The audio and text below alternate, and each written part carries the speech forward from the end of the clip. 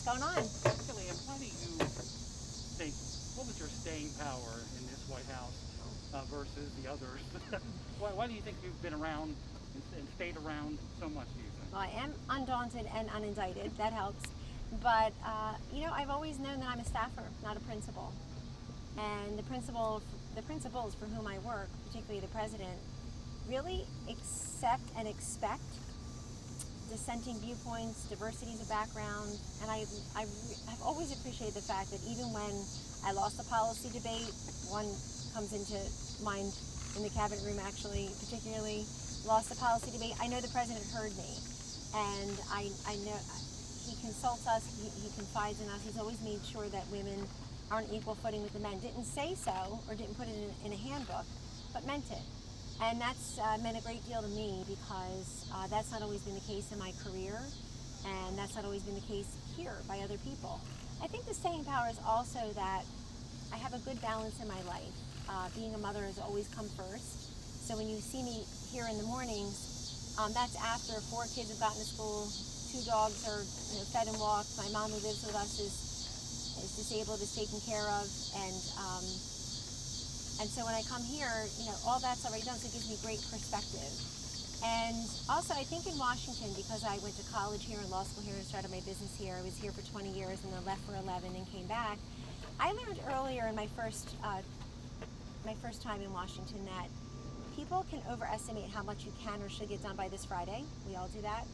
But we overestimate it, and then we underestimate how much we can get done in the next 2 weeks or 2 months or 2 years. And so I've always tried to take the long view of things and of people also. And I also feel blessed every day. I'm the daughter of a single mom, raised very modestly. She used to put clothes on layaway at Kmart. She was divorced at 26 and had to figure out with a high school degree how to support us. She leaned on her family, and she never complained. And I think for her daughter to be here is quite gratifying, not just to her or me or my family, but really to the country, because I think my story is a very common story. I don't think it's that unique. I think it's a very common American story. Every day I've walked into this White House without fail, I believe it is a blessing and not a burden, and I still believe that. But I told the president on Sunday night in the Oval Office, just the 2 of us, I said, Mr. President, for the next 2 months, you've got to focus on winning, and I've got to invest in leisure wear and hover over these kids who will be hovering over their computers. And that's what I plan to do. I'm not leaving the arena permanently. I will announce future plans, but that's what we're doing for now, and I'm greatly looking forward to it. Kellyanne, has the president made any phone calls or any efforts to talk to the family of Jacob Blake? That I don't know, because I only talked to him this morning twice and haven't seen him all day. I was out of the building most of the day doing different things, and I don't know the answer to that. I knew that he did talk to the governor.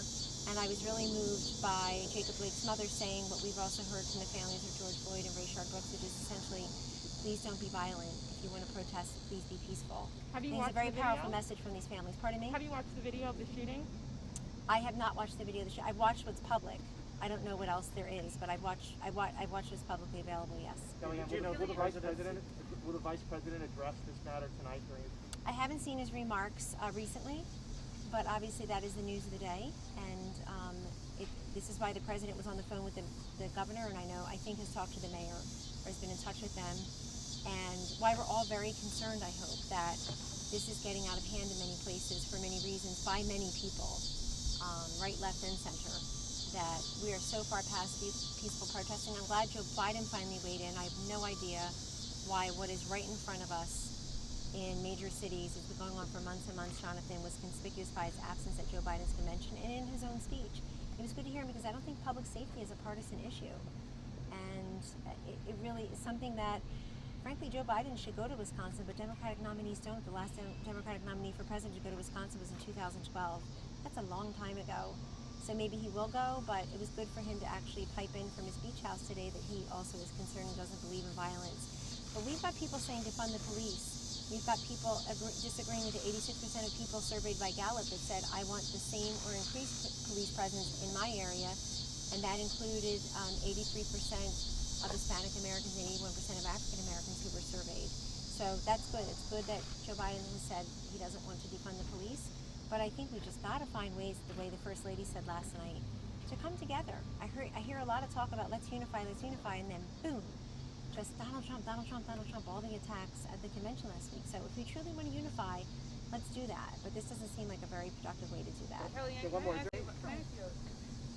I ask you about why do you think black people are 2.5 to 3 times more likely to be killed by the police? And why hasn't the president talked specifically and said the word systemic racism when it comes to law enforcement? So there's two questions.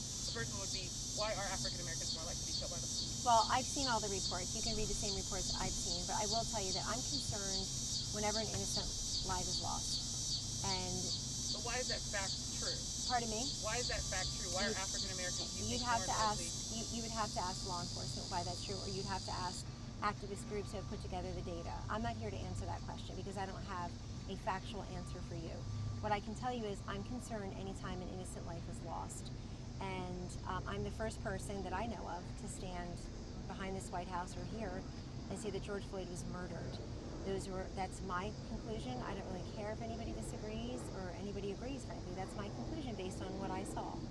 And I also said I think everybody should have to watch all 8 minutes and 49 seconds to learn a thing or three. Do you think Jacob Blake is an attempted murder? I just don't know enough about it. What I know is that a man was shot in the back. I don't know what happened before that. And it's not for me, frankly, it's not for anybody to get ahead of the investigators. I'm saying that I also think we should shine a light on what his mother has proclaimed, which is please stop the violence. And people just looking at what's happening in our cities in a suburb like Kenosha, Wisconsin now, and looking the other way, I don't understand that at all. I don't understand why they don't want legal reinforcements. I don't understand why people don't want law and order or public safety to come in. I'm very concerned also about the business owners I've personally talked to in some of these cities, Imich and elsewhere, where they were just getting ready to recover from COVID-19 lockdowns, and then they have to turn around and they have to recover, if they can at all, And that second from vandalism question about the and president not using systemic you can ask the racism? president that. You So can you ask have the no president idea that. why? You've never talked to him about why he doesn't say the word systemic racism? No, You I'm never not talk talking about that. Kellyanne, is I'm there- very glad that he's made historic investments in HBCUs, that he is the only candidate running for president who has the courage to stand up for school choice and opportunity scholarships and educational freedom, which help in many of our cities, communities of color. And I personally know those parents and grandparents who have stood in a line just to get a spot in the random lottery. It's not because you got in line first, it's still random, for a charter school or a school choice scholarship. I have no idea why our last 2 Democratic presidents and the one who wants to be our next Democratic president are against DC opportunity scholarships. I can't for the life of me understand it. You know what, Yamiche, people can disagree passionately, politically, philosophically on many different issues, and I respect that. I have never, ever heard to this moment, now I'm 53, I've never heard a compelling, persuasive reason why people are against opportunity scholarships and school choice. And that helps so many African American, Hispanic students particularly. I'm also very happy with what this president's done with the criminal justice reform, what he's done on the drug crisis. It's helped many different people across the races, but it's really impacted, I know firsthand, communities of color as well. And that's incredibly important, but we can't have a mayor of New York taking $1 billion away from the police budget and then wonder why the police don't want to show up for work or want to retire, or why there's not enough law enforcement presence where and when there needs to be. So you're not going to get an argument from me about racial unrest. I was with the First Lady when she was writing her speech last week. I knew exactly what she was going to say last night, and it's to be applauded by everyone. Kellyanne, with the major Just hurricane, one more and then I'll... Do you mind elaborating on that policy disagreement you had with President Trump? And the Oh, Oval several. Office? No, there's been some in the Oval Office. That one was the cabinet room. I'll reveal it some other time when that issue is settled. But it was a great example of being unafraid with the cameras off, obviously. That's what I do by day. You see 2% of what I do out here. Of a president who said, no, I disagree with all of that. I think we're going to go this way. And I'll say, I just want to tell you the 5 reasons I would do it differently. And he listened to all 5. I handed him my piece of paper. And I'm telling you, everybody, but I think particularly women, should have men in their life like that, should have a boss like that at some point.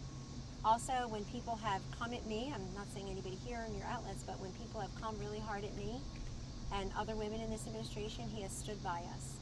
Even when it was uncomfortable, even when he clearly could have said, you know what, you'll always be a part of our history, part of our fabric here at the White House, but this is getting untenable. He stuck by me. And I think that America knows he stands by them as well. You're leaving so close to the election. Is there an area you want to see the president improve on?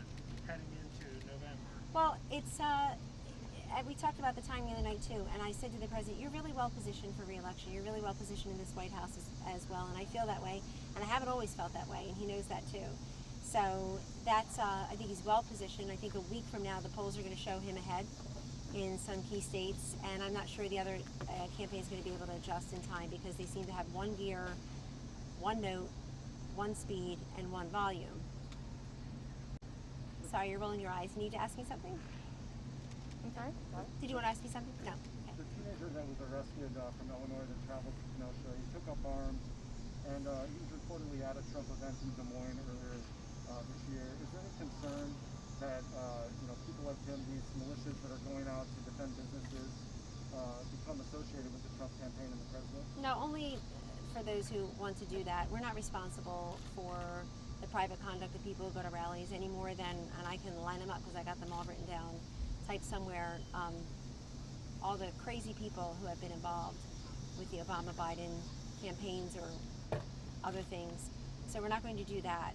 What I will say is I just saw a videotape. I saw a reporter had interviewed the alleged shooter last night, and there he was with his firearm saying, "I'm here to protect the business." And you also have the, I think it was the sheriff or somebody in law enforcement in Kenosha County saying, "We don't want that." He's been asked to deputize citizens who have firearms, legally have firearms. We don't want that, and that's a really good example of that. But I don't know all the facts of that either. I don't know what happened with that shooting. I just know 2 people lost their lives, and that is tragic, but I don't know what happened. I did see on videotape a certain confrontation, but it's just not for me to say. Watching a videotape, I'm not in law enforcement, I'm not in Kenosha County. It'd be really unfair for me to get ahead of any investigation. Kellyanne, with the major hurricane about to make landfall on the Gulf Coast, is there any scenario where opponents of the Republican National Convention, who the president speaks tomorrow, might get postponed? Well, we never say no around here because things happen at a volume and velocity around here, and we adapt to events. But as of right now, the president plans to speak tomorrow. But obviously, he's been briefed on the hurricane and the developments, and we all see it, headed towards Louisiana right now as a Cat 4. May I ask you a question? You've been for a long time at the White House. Many President Trump's supporters left. Many people who you worked with left. What they didn't understand, what people don't understand about President Trump that you do? Well, I see his compassion, his empathy. I talk about that in my speech tonight, and I use specific examples. And I also just see someone who he's a businessman, he just wants to get things done. He doesn't understand why in Washington people have commissions, or they talk about it, or they're going to defer it till next year, or they're going to study it, So I like the speed, the velocity and volume of work here. But I said earlier, maybe you weren't here, I also have always known that I'm a staffer, not a principal. And so I've been very respectful, even when I've been forceful.